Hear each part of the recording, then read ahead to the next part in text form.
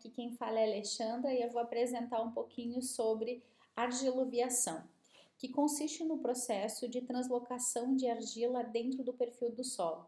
Essa argila ela é removida principalmente dos horizontes superficiais e ela é transportada pela água para os horizontes subsuperficiais, onde ela se acumula. Este acúmulo, como a gente enxerga aqui, forma o horizonte B mais argiloso. Ele também é denominado horizonte B textural. Ele apresenta colorações que nós percebemos aqui, que vai entre o vermelho e o amarelo, e a textura, né, visivelmente argilosa. O processo de argiloviação, ele vem aqui nessa imagem A, tem um neossolo litólico eutrófico fragmentário. No caso aqui, esse solo ele é inferido pela ocorrência do horizonte eluvial, né, a chuva, e ele é caracterizado pela concentração residual de minerais primários, que são resistentes ao intemperismo em decorrência da translocação de argila para o horizonte B, que ocorre a máxima expressão pedogenética. Aqui no horizonte B nós conseguimos perceber essa transição, né, eluvial, e tem no horizonte B a textura que é iluvial. Ainda os fatores de mecanismo da argiloviação. Então, com a chuva, o horizonte A, então cai no horizonte A a chuva, ela ocorre a translocação vertical desta água, e aí vai lá para o horizonte B textural. Argila em superfície, em subsuperfície, vai para argila em superfície e vai para o horizonte diagnóstico aqui, que é o BT textural. E aí a aparência desse solo, ele é uma cerosidade, tem um aspecto brilhante, né, pela translocação vertical dessa argila. Ainda que a gente tem um exemplo de um perfil característico de um argissolo, e então aqui os perfis de solo A, E1, E2 e o BT, né, que aqui embaixo dá para ver que ele é mais concentrado, mais argiloso.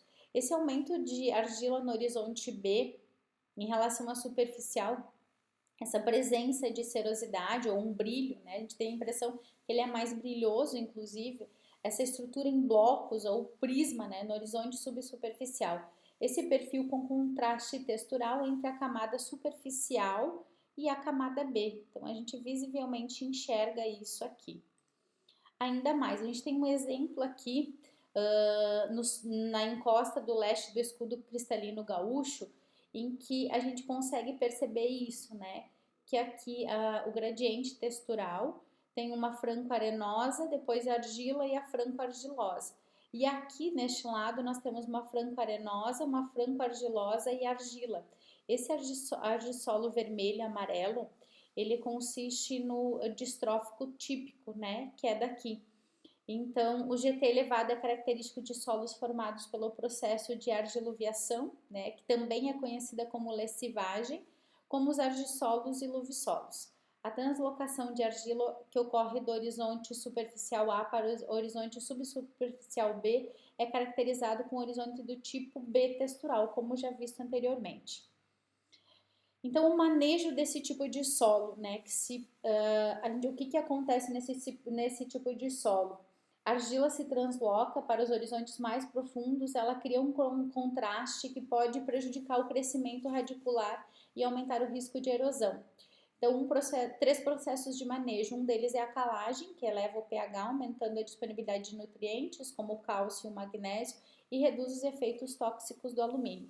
Outro tipo de manejo é a rotação de culturas, né? A gente pode variar entre as leguminóseas e as gramíneas, e o plantio direto, que reduz a erosão.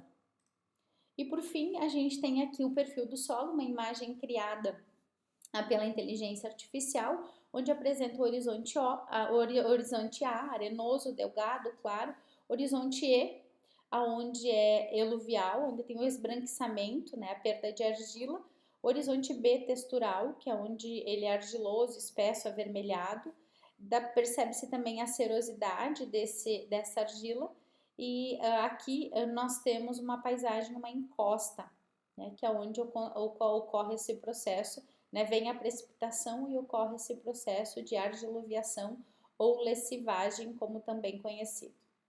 Agradeço a escuta, passo adiante para o meu colega.